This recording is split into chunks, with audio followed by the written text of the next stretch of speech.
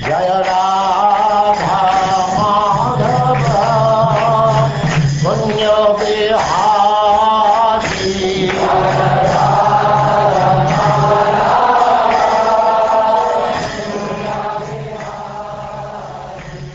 And now Chapter 9, the passing away of Bhismadeva in the presence of Lord Krishna.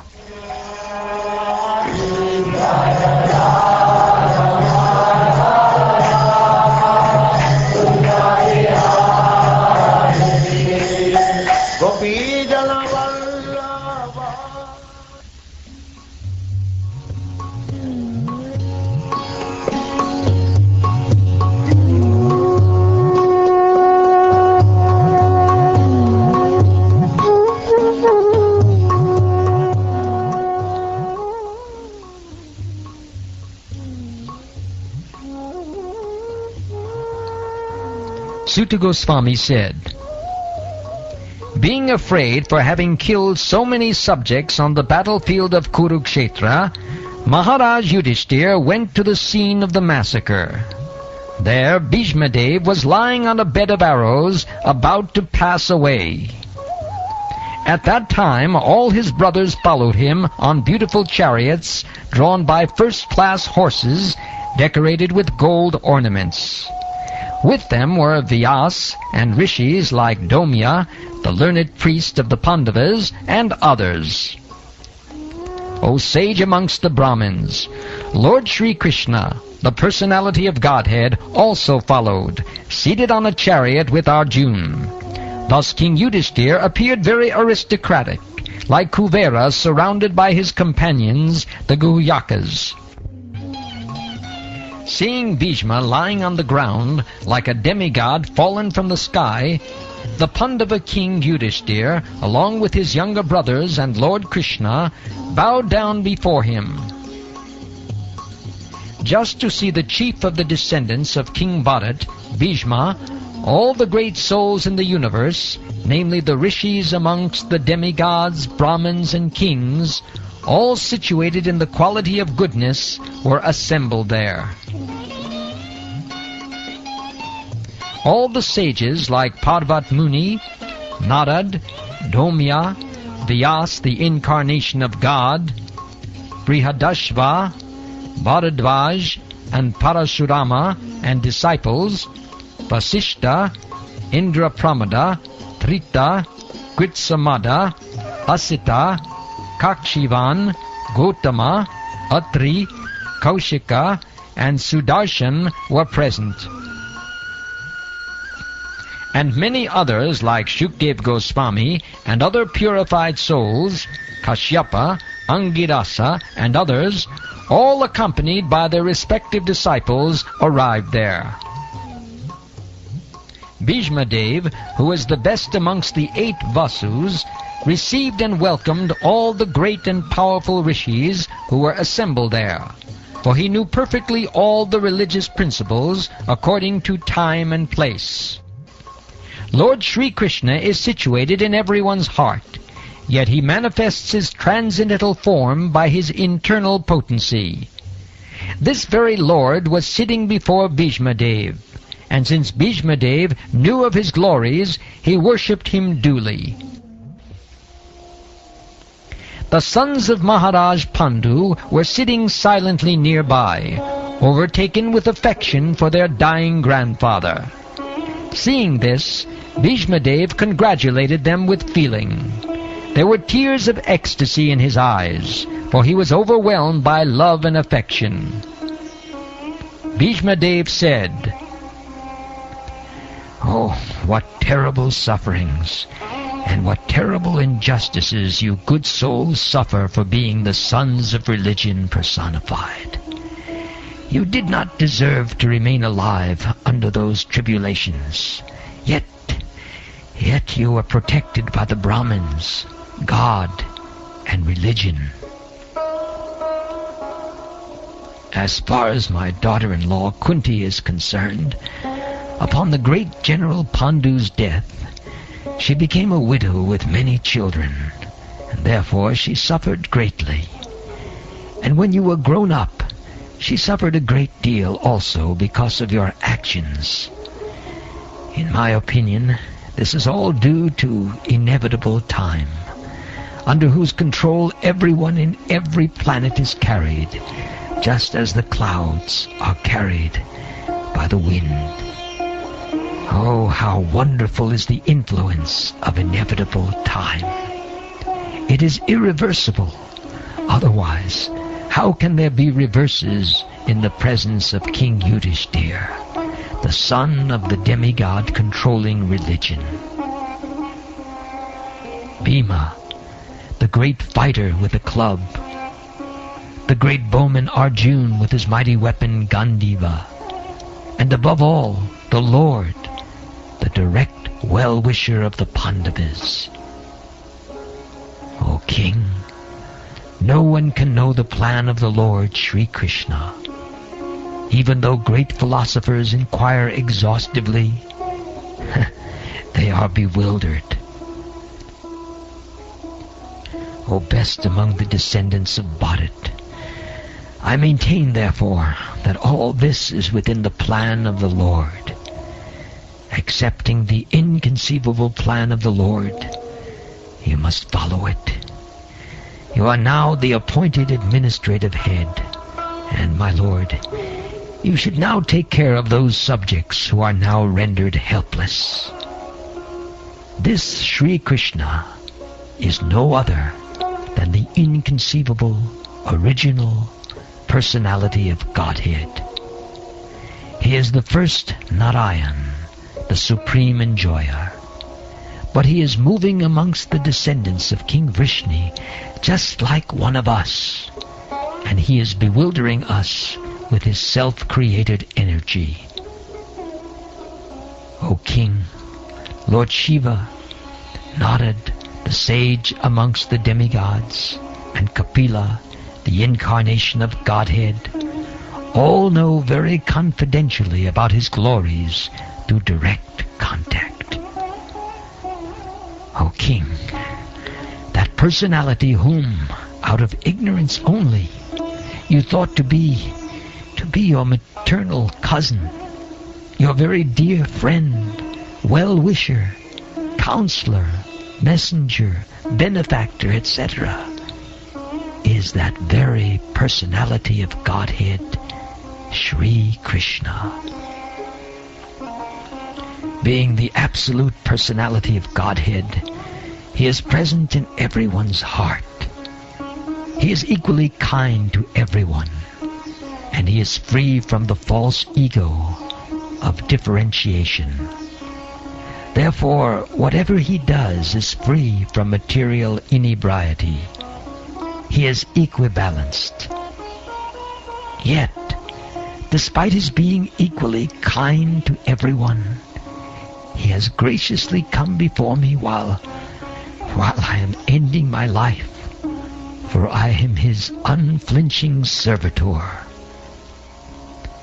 The personality of Godhead, who appears in the mind of the devotee by attentive devotion and meditation, and by chanting of the holy name, releases the devotee from the bondage of fruitive activities at the time of his quitting the material body. May my Lord, who is four-handed and whose beautifully decorated lotus face, with eyes as red as the rising sun, is smiling, kindly await me at that moment when I quit this material body.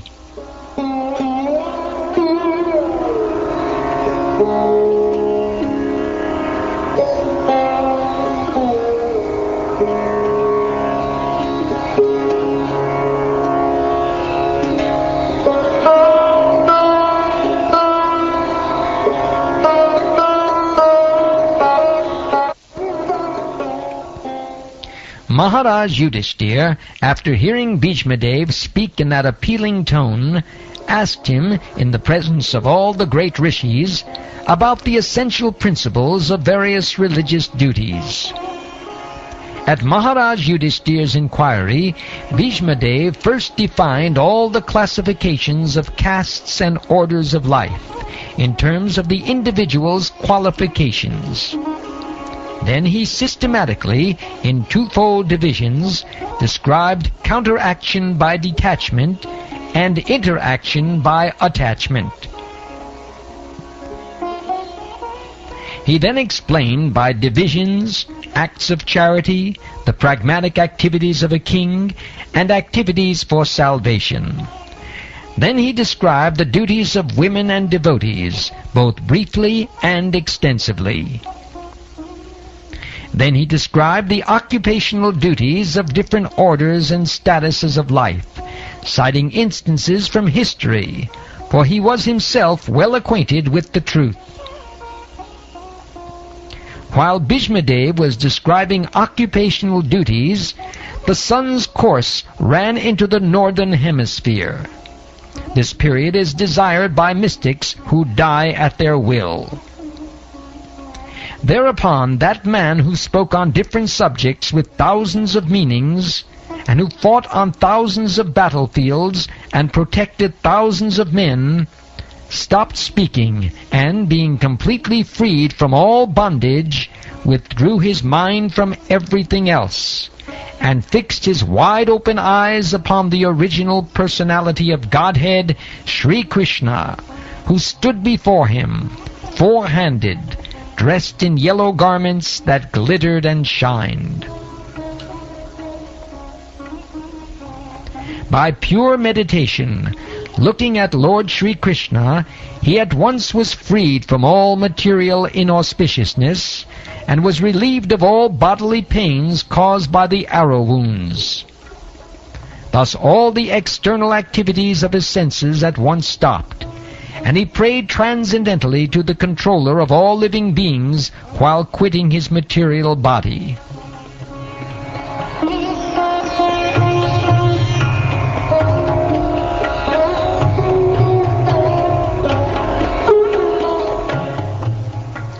Bhismadeva said, "Let me now invest my thinking, feeling, and willing, which was so long engaged in different subjects and occupational duties, in the all-powerful Lord Shri Krishna.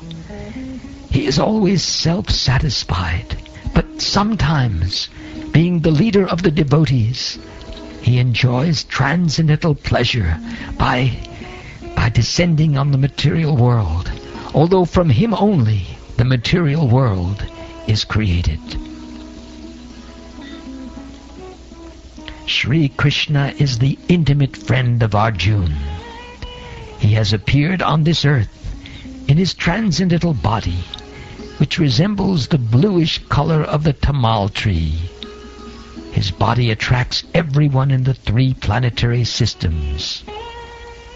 May his glittering yellow dress and his lotus face, covered with paintings of sandalwood pulp, be the object of my attraction, and may I not desire fruitive results."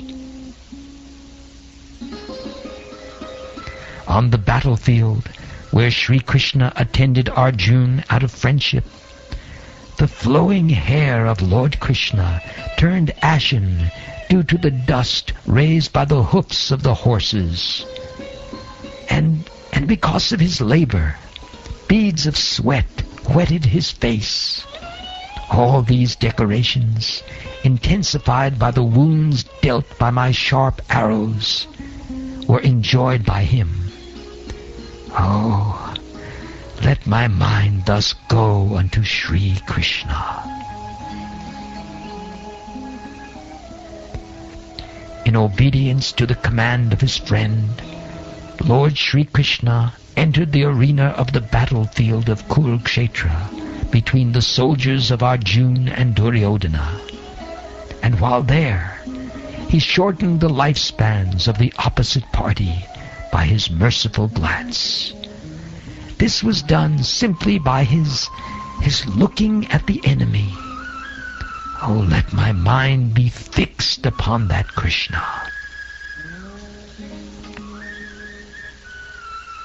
when Arjuna was seemingly polluted by ignorance upon observing the soldiers and commanders before him on the battlefield, the Lord eradicated his ignorance by delivering transcendental knowledge. Oh, may his lotus feet always remain the object of my attraction. Fulfilling my desire and sacrificing his own promise, he got down from the chariot. Arjuna's chariot field of Kuruksetra attained their original forms after death. Let my mind be fixed upon Shri Krishna, whose motions and smiles of love attracted the damsels of Vrajadham, the gopis. The damsels imitated the characteristic movements of the Lord after his disappearance from the Ras dance. At the Rajasuya Yajna, the sacrifice performed by Maharaja Yudhishthira, there was the greatest assembly of all the elite men of the world, the royal and learned orders. And in that great assembly, Lord Shri Krishna was worshipped by one and all as the most exalted personality of Godhead. This happened during my presence, and I remembered the incident in order to keep my mind upon the Lord. Now I can meditate with full concentration upon that one Lord, Shri Krishna, now present before me, because now I have transcended the misconceptions of duality in regard to his presence in everyone's heart, even in the hearts of the mental speculators. He is in everyone's heart. The sun may be perceived differently, but the sun is one.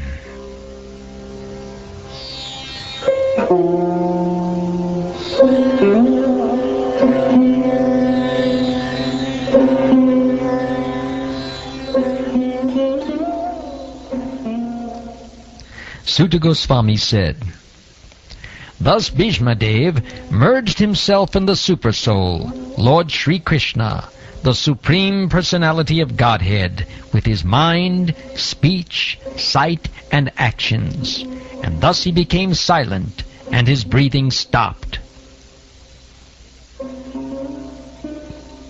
Knowing that Bhismadeva had merged into the unlimited eternity of the Supreme Absolute, all present there became silent, like birds at the end of the day. Thereafter, both men and demigods sounded drums in honor, and the honest royal order commenced demonstrations of honor and respect, and from the sky fell showers of flowers.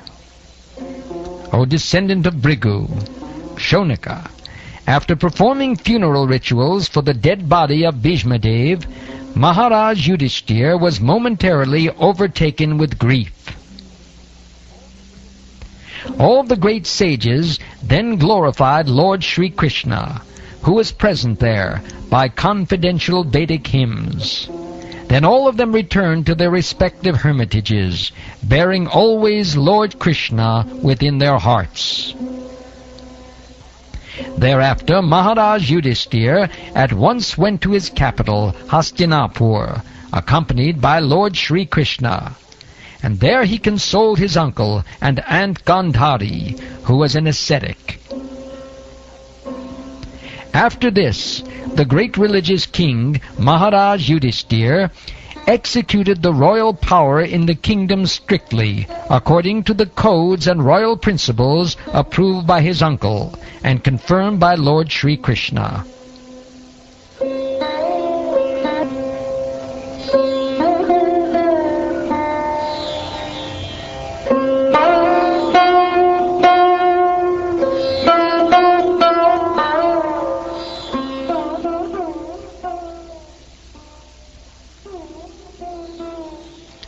Thus ends the 9th chapter of the 1st canto of the Srimad Bhagavatam, entitled the passing away of Bhismadeva in the presence of Lord Krishna.